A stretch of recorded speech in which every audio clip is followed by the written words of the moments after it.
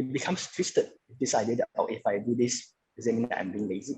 Am I being too lenient with myself? But it's okay for others to do that, right?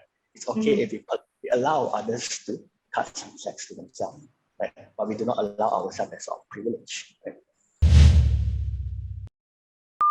Just want to get your general thoughts of what do you guys understand by self-care and like self-love, your own definition or and whatnot. Right. So self-love and self-care, these are things that I think we hear quite often, right? Especially in, when you deal with issues like mental health, that people will tell you, oh, you need to do a lot of self-care, you need to love yourself before you can love others. There's a lot of very, very big ideas, right? Like, everyone will parrot the same idea, right? But how do you actually do that, right?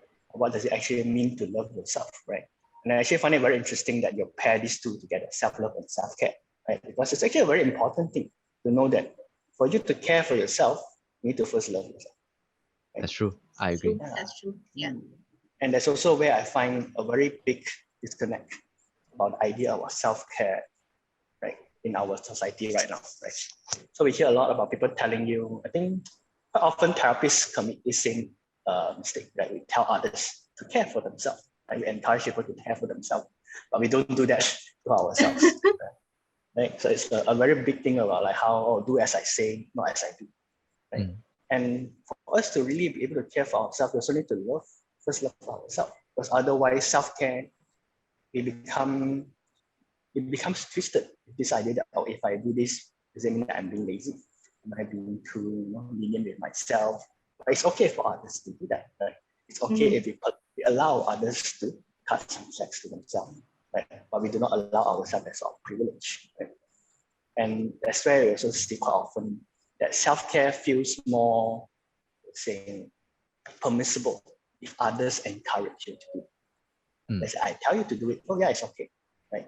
And if you tell me to do it, I'm maybe a little bit more likely to be willing to try to perform some self-care activities rather than me telling myself that. But it feels like, am I just lying to myself? Am I just lazy? These are thoughts that quite often comes up. Right? And for us to have this sort of self-love, right, which is this very deep care, some of self-acceptance, right?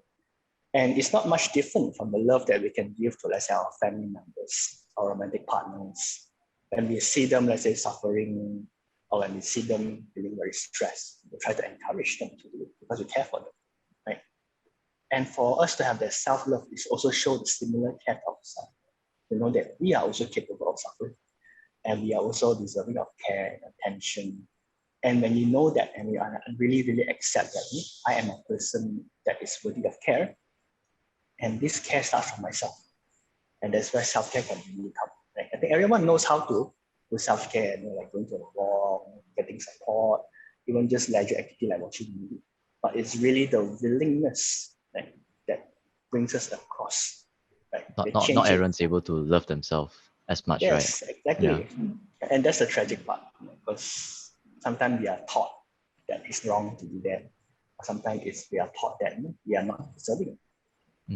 And that willingness is really part of what we do in therapy. Because everyone knows how to do something, but we can't do it. Or we feel bad. Yeah. And I think, what about you, Tapisha? Yeah.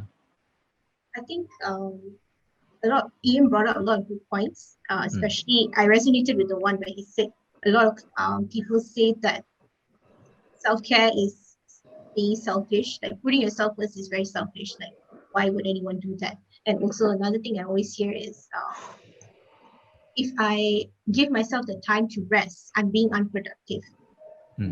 Why can't I do work instead? Like, why do I need that time for myself?